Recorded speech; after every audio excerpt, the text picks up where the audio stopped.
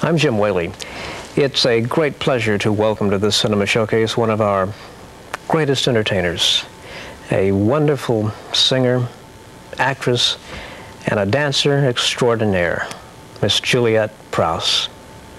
Her motion pictures include the lavish Cole Porter film Can Can, in which she starred along with Frank Sinatra, GI Blues, in which she starred along with another legend, Elvis Presley, and she's tore up stages all over the world in some of our greatest Broadway productions. She's currently starring in a national touring company of Jerry Herman's MAME. Join me as I talk with Juliet Prowse on this cinema showcase.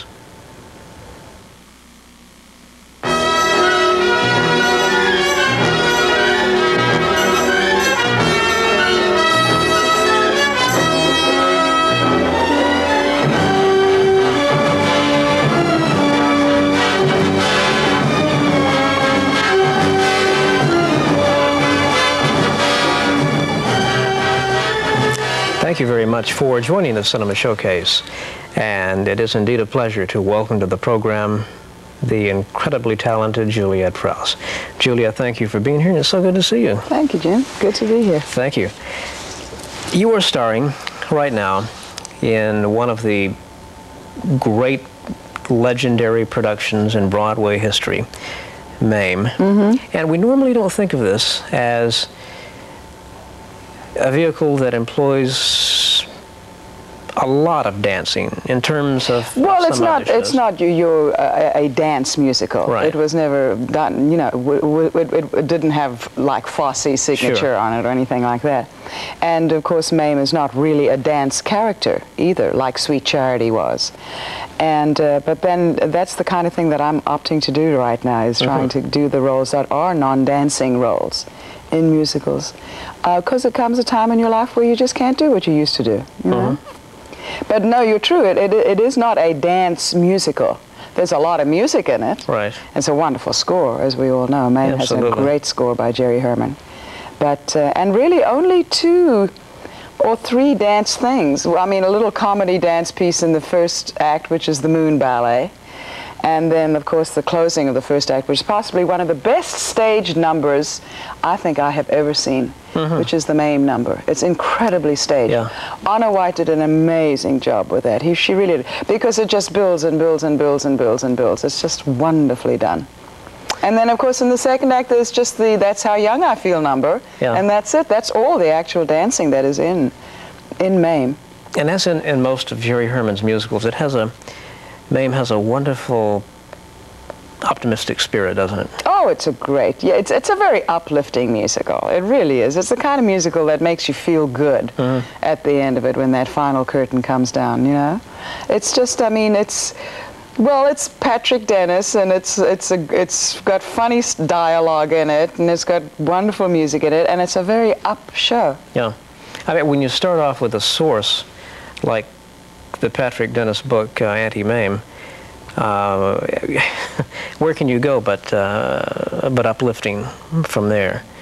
And that's what led me to read, I think, every Patrick Dennis book that I could lay my hands on. Yeah, really? Anti-MAME was what did it. And why more of his stories haven't reached the screen, I don't know, but Patrick Dennis was wonderful. Either, yeah, he was. And of course, in doing the musical, of course, they can't put in everything that was in the book.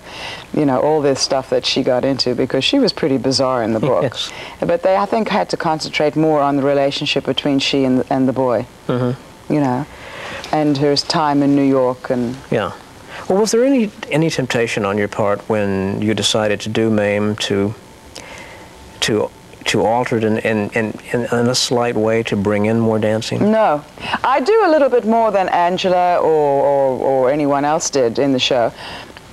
Only because when I did it originally, which was 20 years ago, the first time I did MAME, I was so young at the time, and I was at the peak of my dancing career, that by having me in the role, when I did a Vegas production of it, made me do very much more in the MAME number itself, whereas she used to always stand to the side while all the dancers did all the dance stuff. Right. But I became part of it. And then in the That's How Young I Feel number, I became very much more involved in it. I haven't actually changed anything in doing this role that was done originally. I believe the only change that was really done was when Ann Miller did the role, because being a tap dancer in the That's How Young I Feel number, it became a whole tap thing, which is great. It's perfect. You know, why not? If you've got that person, use their ability, use their talent, you know. How many, some of our greatest musical comedy stars have played MAME. Any idea how many actresses have? Oh gosh, I don't know. I think just about anybody who could do it has done it. I think Janice Page has done it. I know Ann Miller, Ginger Rogers, a whole slew, Marilyn May, a whole slew of ladies have played. Let me ask you about, you played MAME in London.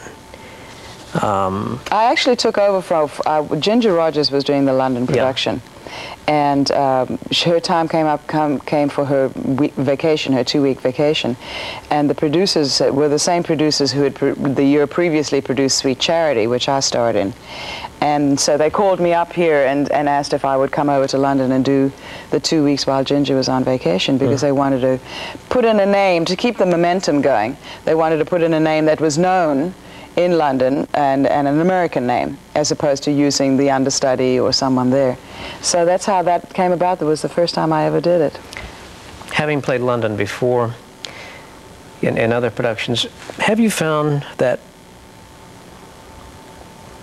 English audiences, London audiences, are slightly more appreciative of American musicals than Americans?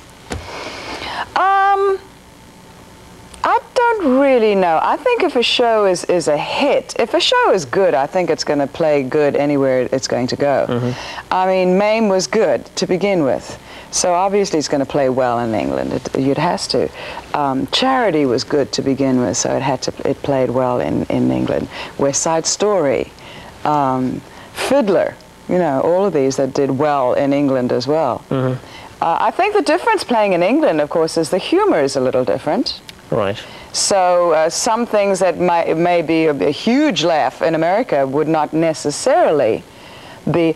But we find that even working MAME, just going from place to place as we have with this production, it is amazing how a different state will react completely different to different parts in the show. Absolutely. Why? We come down to the South now.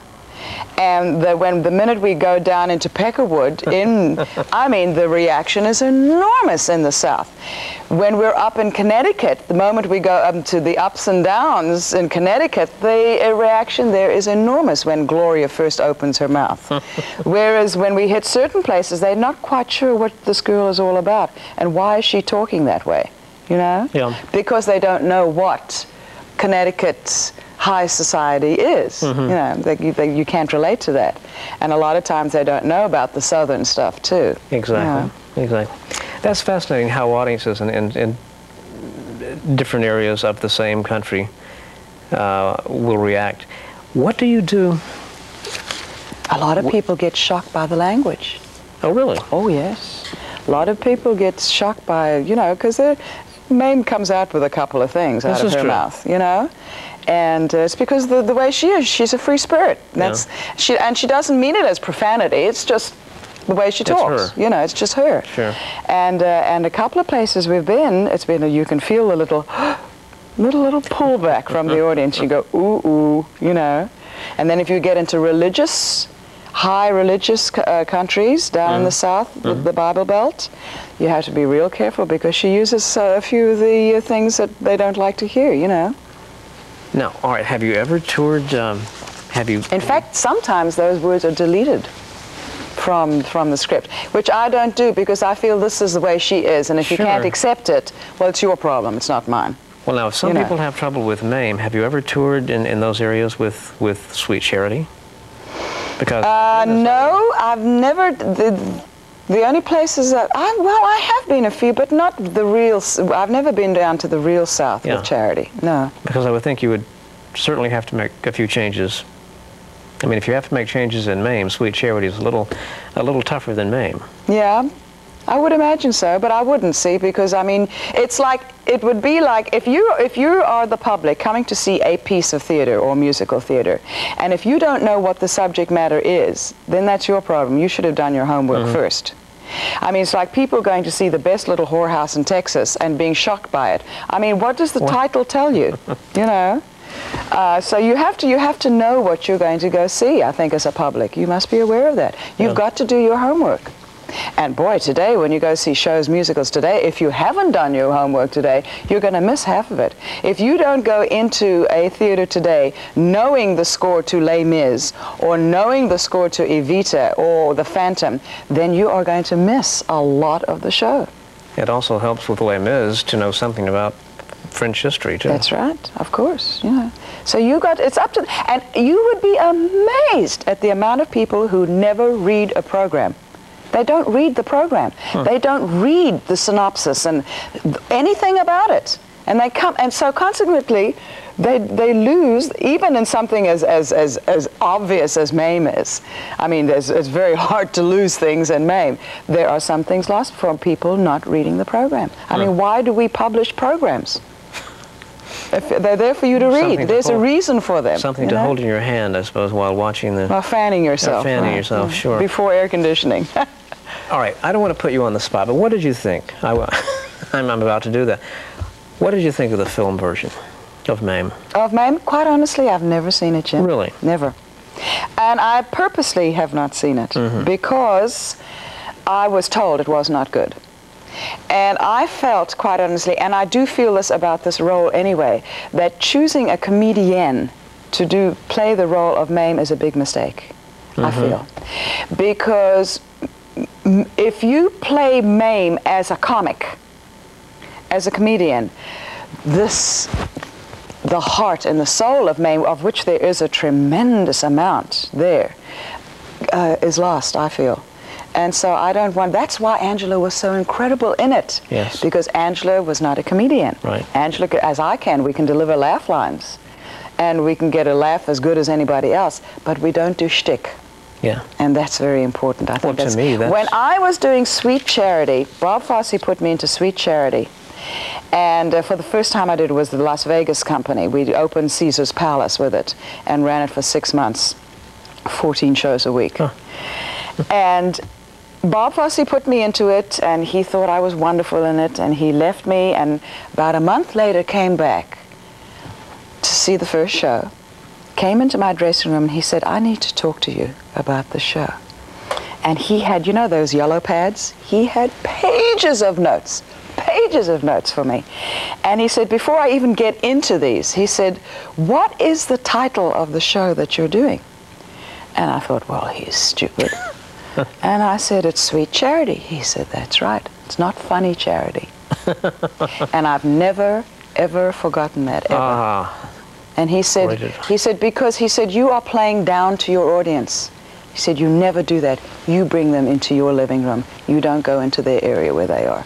There, he said, there is a fourth wall there in theater. Don't go over there. Play it like it's a fourth wall. And they are looking through a transparent wall, seeing what you're doing. And I've never, ever forgotten that. So consequently, I've never done shtick again, unless it's shtick for shtick, like in a nightclub act, when I'm doing a comedy piece, which is a shtick piece, then that's for that. But it's like doing things, and I've heard of horror stories of certain ladies who have played the role of MAME, who have done things that are horrendous just to get a laugh. There are enough laughs for her in the show. Sure. You know, without doing that. That's, to me, what made the film Anti-MAME with Rosalind Russell so wonderful. Oh, she was incredible. What she could obviously do comedy brilliantly, but she brought such heart. Oh gosh, yes. You've got to have. I mean, the whole thing is about the love that this woman has for this child, and vice versa. I mean, the love affair there is the most important thing in the show between these two people. I think those watching who have who have seen MAME with whoever are in for a tremendous treat if you go and see Juliet Prowse in it, and I urge you to do so. I wanted to ask you about, I suppose, was Can Can your first major film? Can Can is what brought me to this country.